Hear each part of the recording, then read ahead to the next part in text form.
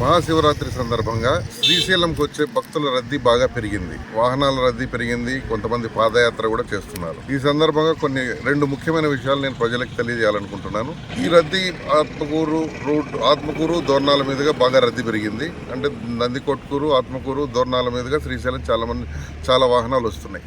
భక్తుల రద్దీ బాగా పెరిగింది. అదేవిధంగా ఈ సందర్భంగా ప్రజలకు తెలియజేయడం ఏమంటే, గూడ్స్ వాహనాల్లో దయచేసి రావద్దు. గూడ్స్ వాహనాల్లో 20 మంది 30 మంది ఎక్కి వస్తున్నారు. రకరకాల ప్రాంతాల నుంచి వస్తున్నారు. గూడ్స్ వాహనాల్లో బాడీలో కూర్చుంటున్నారు, పైన పలకేసి మళ్ళీ దానిపైన కూర్చుంటున్నారు. ఈ విధంగా రావడం చాలా ప్రమాదకరం. యాక్సిడెంట్లు జరిగినట్టయితే ప్రాణ నష్టం జరిగే అవకాశం ఉంది.